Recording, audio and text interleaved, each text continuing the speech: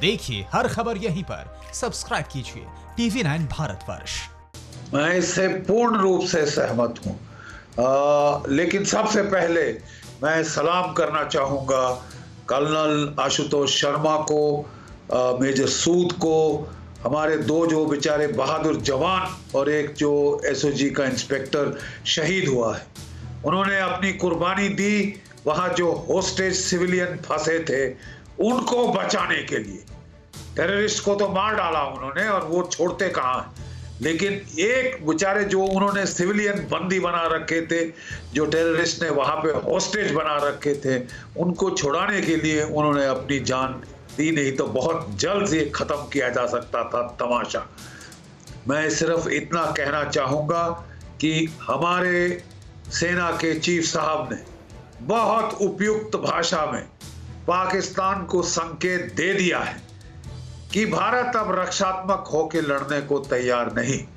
आप टेररिस्ट भेजे जाएं, यहां लोग मरते जाएं, ये नहीं चलेगा। This will not stand. एक एक लाश जो यहां गिरती है हम उसका हिसाब लेंगे और लाइन ऑफ कंट्रोल के पार जहां से टेररिस्ट आते हैं।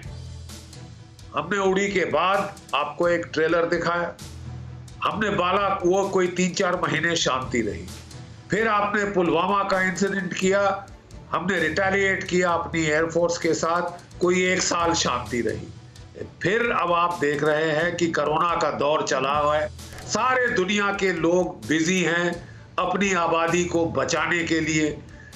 वहां पे पाकिस्तान इसका फायदा उठाकर कि दुनिया का ध्यान बटा हुआ है, हिंदुस्तान की फौज, हिंदुस्तान के सिक्योरिटी फोर्सेस, वो सब कोरोना को संभालने में लगे हुए हैं। इसका फायदा उठाकर आप चाहते हैं कि दर्जे हरारत कश्मीर में बढ़ाई जाए, इन्फिल्ट्रेशन की जाए। इन्फिल्ट्रेशन को फैसिलिटेट करने के लिए ये LOC पे फायरिंग इंसिडेंट्स कर रहे हैं, वहां पे सीज फायर वायलेशंस कर रहे हैं, हमारे रिहायशी सिविलियन इलाकों पे फायर कर रहे हैं। जब पूरी दुनिया कोविड से लड़ रही है, ये एकमात्र ऐसा देश है जो अपनी हरकतों से बाज नहीं आएगा। पूरी दुनिया में भीख का कटोरा लेके इनके लीडरान घूम रहे हैं, कभी चीन जाते हैं, कभी सऊदी अरेबिया, कभी यूनाइटेड अरब अमीरेट, कभी अमेरिका कि हमें पैसा दो, हमें पैसा दो, हमारी हालत पतली है। भारत के पास आते हैं दवाई मांगने और दवाई लेते हैं, फ्री में हमने दी, ठीक है साहब, और ऊपर से ये पीठ में छुरी घोंपते हैं। जैसा कि आपने बड़ी सफाई से बोला, बाकी सारे नॉर्थ कोरिया अमेरिका के बीच में शांति पड़ गई है, ईरान अमेरिका के जो वैर था कुत्ते बिल्ली का, उसमें शांति पड़ी हुई है कि इधर कोरोना से डील कर लें, अपने लोगों को बचाएं।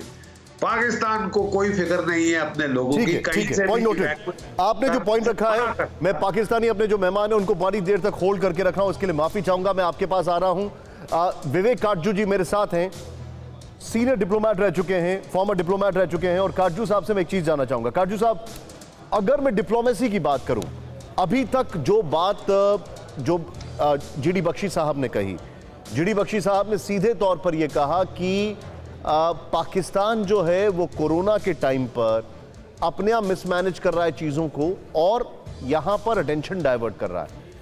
On the lines of army chief, sir मेरे पास जो फैक्ट्स हैं, 7 जनवरी से लेकर 2 मई तक पाकिस्तान ने इंडियन डिप्लोमेट को, इंडिया ने पाकिस्तान डिप्लोमेट को 10 बार समन किया है। डेटा हमारे पास अप्रैल तक का है और अप्रैल तक का जो डेटा कहता है वो डेटा ये कहता है कि न जाने कितनी बार सीज फायर वायलेशन हुआ है, जो कि अपने आप में एस्टाउंडिंग है।